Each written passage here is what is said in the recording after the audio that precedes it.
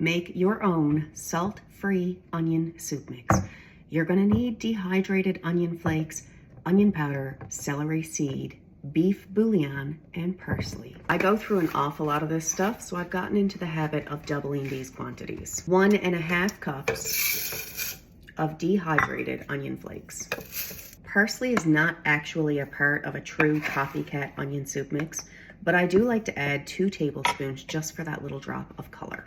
3 tablespoons of onion powder. 2 tablespoons of celery seed, and we want 2 tablespoons of beef bouillon.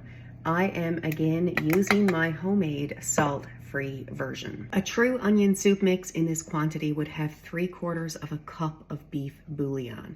If you don't use salt-free, that beef bouillon is terribly high in sodium, which is what makes the onion soup mix such a high sodium product. Even though I'm using a salt-free beef bouillon, I use less because I like more of an onion flavor versus the beefy flavor. All about personal preference, and when you start to make your own, you will determine how you like to taste it and how much of the beef bouillon, parsley, celery seed, all of these things that you want to add.